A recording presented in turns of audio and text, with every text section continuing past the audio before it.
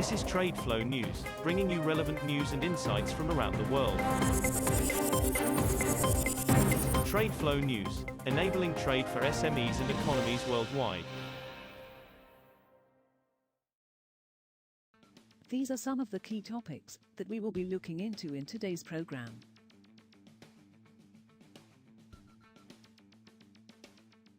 First, let's take a look at the overnight headlines which are impacting the commodity markets.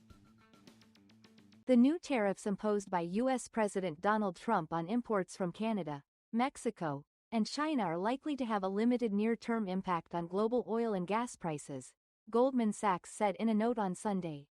Potential tariff-driven decline in U.S. natural gas imports from Canada is too small to significantly raise U.S. natural gas prices, the bank said. Oil and gas prices jumped on Monday after Trump imposed tariffs over the weekend. The tariffs, which will take effect on February 4, include a 25% levy on most goods from Mexico and Canada, with a 10% tariff on energy imports from Canada, and a 10% tariff on Chinese imports.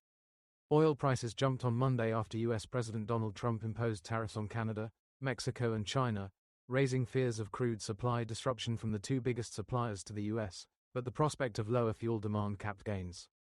U.S. West Texas Intermediate crude futures were at $73.89 a barrel, up $1.36, or 1.88%, by 0656 GMT, after hitting its highest since January 24 at $75.18 a barrel earlier in the session.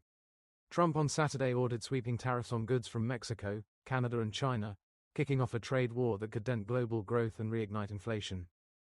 Moving on to the top news in the energy sector.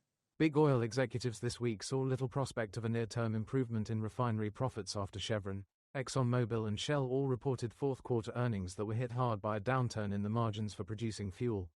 An increase in global refining capacity in 2024, combined with sputtering demand growth, has hurt refining margins. Chevron's shares declined 4% after it reported a loss in its refining business for the first time since 2020, causing the number 2 U.S. oil producer to miss Wall Street's profit estimate. Indonesia produced a record 836 million metric tons of coal in 2024, nearly 18% above its target of 710 million tons, Energy and Mineral Resources Minister Ballo Lahadalia said on Monday. The figure beat 2023 output of 775 million tons, the previous record. Indonesia also set a record for exports, shipping about 555 million tons of coal last year, the ministry data showed.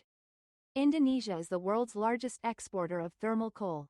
In 2025, Indonesia targets to produce 735 million tons of coal, senior ministry official Tri Winarno said. The country's actual production often surpasses its annual targets.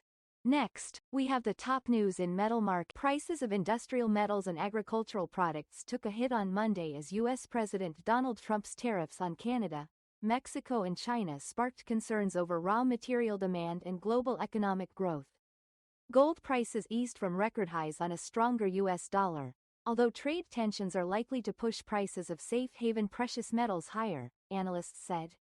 Crude oil jumped on fears of supply disruptions.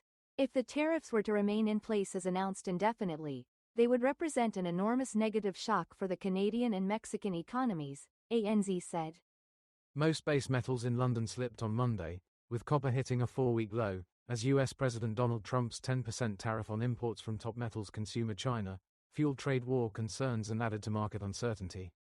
Benchmark copper was down 1.1% at $8,945.50 a metric ton, as of 0725 GMT, hitting its lowest since January 6. Trump on Saturday imposed 25% tariffs on Mexican and most Canadian imports, and 10% on goods from China, starting on Tuesday. White House officials said there would be no exclusions from the tariffs. We will now look at the top news in the agricultural sector. Indonesia's rice output in the first quarter of 2025 is expected to reach 8.67 million metric tons, up 52% from the same period in 2024, the Statistics Bureau said on Monday.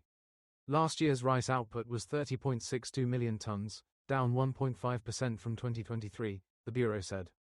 Rice production in early 2024 was hampered by prolonged dry weather, and imports helped meet the shortfall. The government has said it may not need to import rice in 2025. That is all for today's news on commodity markets. Stay tuned to TradeFlow News as we continue to provide you with more updates. We also invite you to follow us on Twitter at TradeFlow News, which allows you to watch our program on your mobile device or desktop to receive information from there.